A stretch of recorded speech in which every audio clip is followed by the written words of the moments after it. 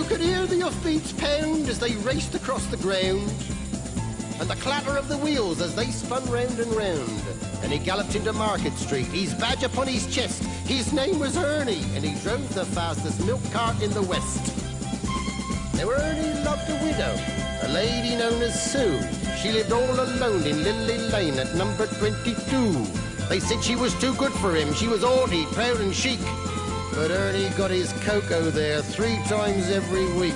They called him Ernie. And he drove the fastest milk cart in the West. She said she'd like to bathe in milk. He said, all right, sweetheart. And when he'd finished work one night, he loaded up the cart. He said, you want it pasteurized, 'cause pasteurized is best. She says, Ernie, I'll be happy if it comes up to me chest. That tickled old Ernie. And he drove the fastest milk cart in the West.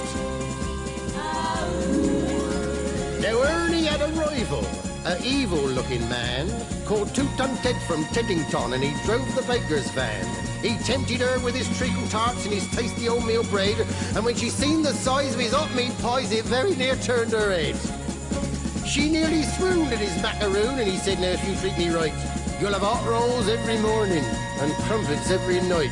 He knew once she sampled his layer cake, he'd have his wicked way, and all Ernie had to offer was a pint of milk a day. Poor Ernie! And he drove the fastest milk cart in the West. One lunchtime, Ted saw Ernie's horse and cart outside her door. It drove him mad to find it was still there at 4:30. And as he leapt down from his van, off blood through his veins did course, and he went across to Ernie's cart, and he didn't half-kick his horse, whose name was Trigger. And he pulled the fastest milk cart in the West. Now Ernie rushed out into the street, his gold top in his hand. He said, if you want to marry Susie, you fight for her like a man. Oh, why don't we play cards for her, he sneeringly replied. And just to make it interesting, we'll have a shilling on the side. Now Ernie dragged him from his van, and beneath the blazing sun, they stood there face to face, and Ted went for his bun. But Ernie was too quick, things didn't go the way Ted planned, and a strawberry-flavoured yoghurt sent it spinning from his hand. Now Sue, she ran between them and tried to keep them apart. And Ernie pushed her aside, and a rock cake caught him under his heart. And he looked up in pained surprise, and the concrete hardened crust of a stale pork pie caught him in the eye, and Ernie bit the dust. Poor Ernie.